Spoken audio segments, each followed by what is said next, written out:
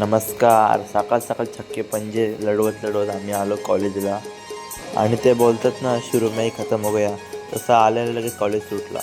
मग आम्ही चाललो आता घरी. तर आम्ही घरी जाता तर एक मोठा हादसा झाला. असं डायरेक्ट समोर ट्रक आला. मग नंतर आमच्या कुत्र्याला नेला छतावर. येतच नव्हता, वडतडत न्यायला लागला. पण बाई घरच्यांनी ड्युटी दिलेली, मग ती पाळायला लागल. मग जाऊन याला आडोशीला बांधला आणि वार राखायचं म्हणजे बघा बोरिंग कामं. तसंच मग घरी गेलो, कपडे चेंज केले आणि आता आलो रेल्वे स्टेशनला. नंतर आपल्या जाते ठाण्याला.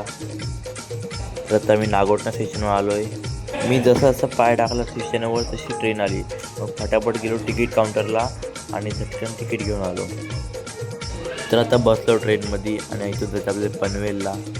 आणि गाईस, तुम्ही कधी ट्रेनमध्ये बसताय आणि तुम्हाला जर माहिती नसेल की ट्रेन कुठे आहे, so where is my train असा ॲप आहे, तो खोलायचा आणि त्यानंतर आपला लोकेशन टाकायचा, कुठे कुठे जायचा आहे तो. आणि मग आपल्याला पूर्ण टाईम येतो ट्रेनचा. मग आपल्याला बघायला भेटतो की आपली ट्रेन कुठे आहे, कुठल्या प्लॅटफॉर्मवर आहे. मग सर्व ते आपल्याला दिसते. तर हा ॲप तुम्ही सर्वांनी घ्या आणि तुम्ही पण बघा की तुमची ट्रेन कुठे आहे. माझी ट्रेन तर भेटली, आता तुमची ट्रेन तुम्ही शोधा.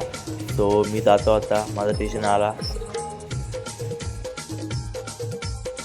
तर आता आपण पनवेलला आलो आहे आणि आता पनवेलवरून आपल्याला ठाण्याला जायचं आहे.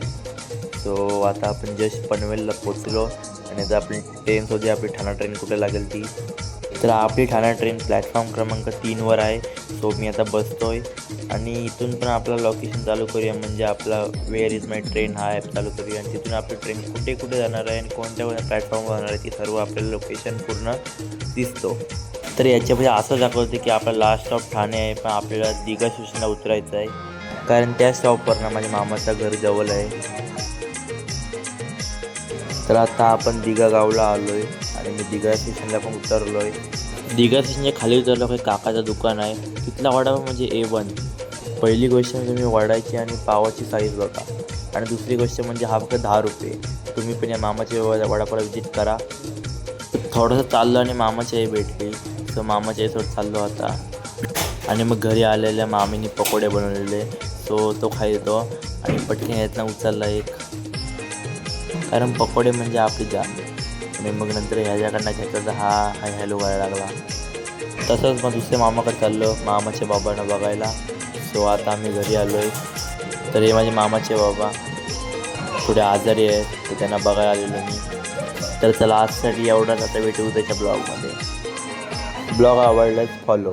Bye bye.